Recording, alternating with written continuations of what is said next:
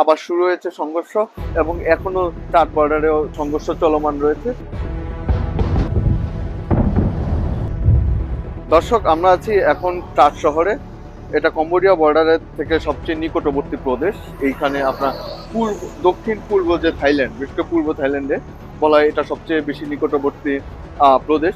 তো এই শহরটা বা এই প্রদেশটা সবচেয়ে মানে কম্বোডিয়া বর্ডারের সঙ্গে থাকলেও সবসময় এটাকে আপনার যে শান্তিপূর্ণ প্রদেশ হিসেবে বিবেচনা করা হতো। তবে এবার কিন্তু যুদ্ধের আজ এই ট্রাটেও এসে পড়েছে এবং আপনারা দেখতে পাচ্ছেন আমাদের পিছনে ক্লংয়াই, এদিক দিয়ে হচ্ছে আপনার বর্ডারটা, সবচেয়ে কাছের যে বর্ডার, ওই শহরটা কিন্তু ইতিমধ্যে আপনার ইভাকুয়েট করা হয়েছে। সেখান থেকে থাইল্যান্ডের যে নাগরিকরা রয়েছে সীমান্তবর্তী, তাদের সবাইকে নিরাপদ স্থানে নিয়ে আসা হয়েছে।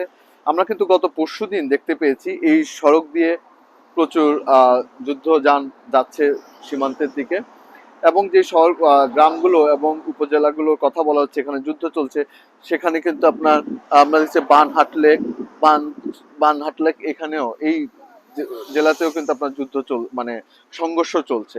সো আমরা কিছু জায়গায় যুদ্ধ বা সংঘর্ষ কিছু মানে কোথাও যুদ্ধ ব্যবহার করছে শব্দ, কোথাও সংঘর্ষ ব্যবহার করছে শব্দ। এক্ষেত্রে কিছু সতর্কতা অবলম্বন করতে হচ্ছে শব্দ ব্যবহারে। তা আমরা আপনাদেরকে দেখাবো হচ্ছে যে ট্রাটের শহর বা এইখানে আপনার মানুষের কি ধরনের, মানুষের জীবনযাপনে কি ধরনের যুদ্ধের প্রভাব পড়েছে।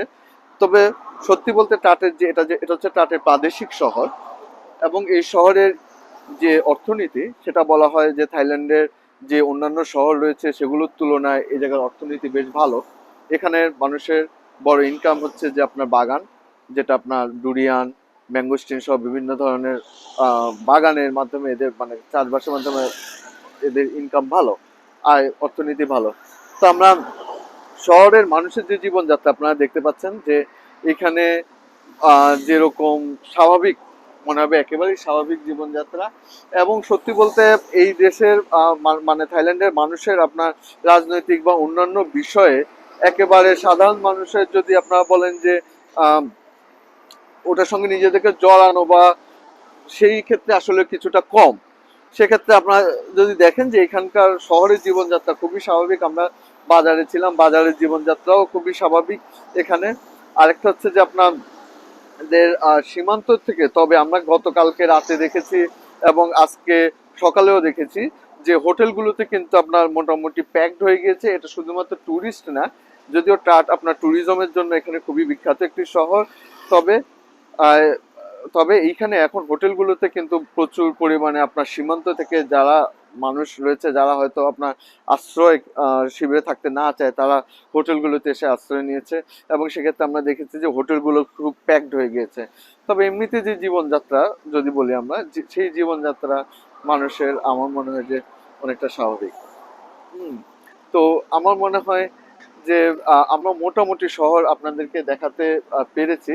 এবং এছাড়া আমরা খাবারের রেস্টুরেন্টে, সকালে যে রেস্টুরেন্টে গিয়েছি বা অন্যান্য ব্যাংক বলেন, আমরা পরশুদিন ব্যাংকে গিয়েছি এবং অন্যান্য যে জায়গাগুলো, দোকানগুলো সবগুলোতে স্বাভাবিক অবস্থা রয়েছে।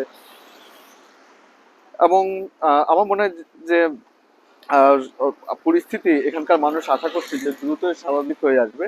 এছাড়া হচ্ছে যে আজকে আমরা কিৎসাপং এখানকার স্থানীয় সাংবাদিক, তার সঙ্গে আমাদের কথা হয়েছে আজকে সকালে।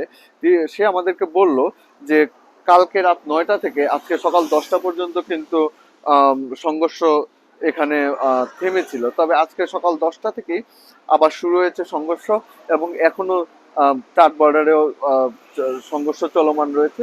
তো এই ছিল আমাদের কাছে থাকা আপনার ট্রাটের যে সীমান্ত বা কম্বোডিয়া ঘিরে থাইল্যান্ডের যে সীমান্ত, সেখান থেকে আমাদের সর্বশেষ পরিস্থিতি ট্রাট থেকে মাজেদুল নয়ন।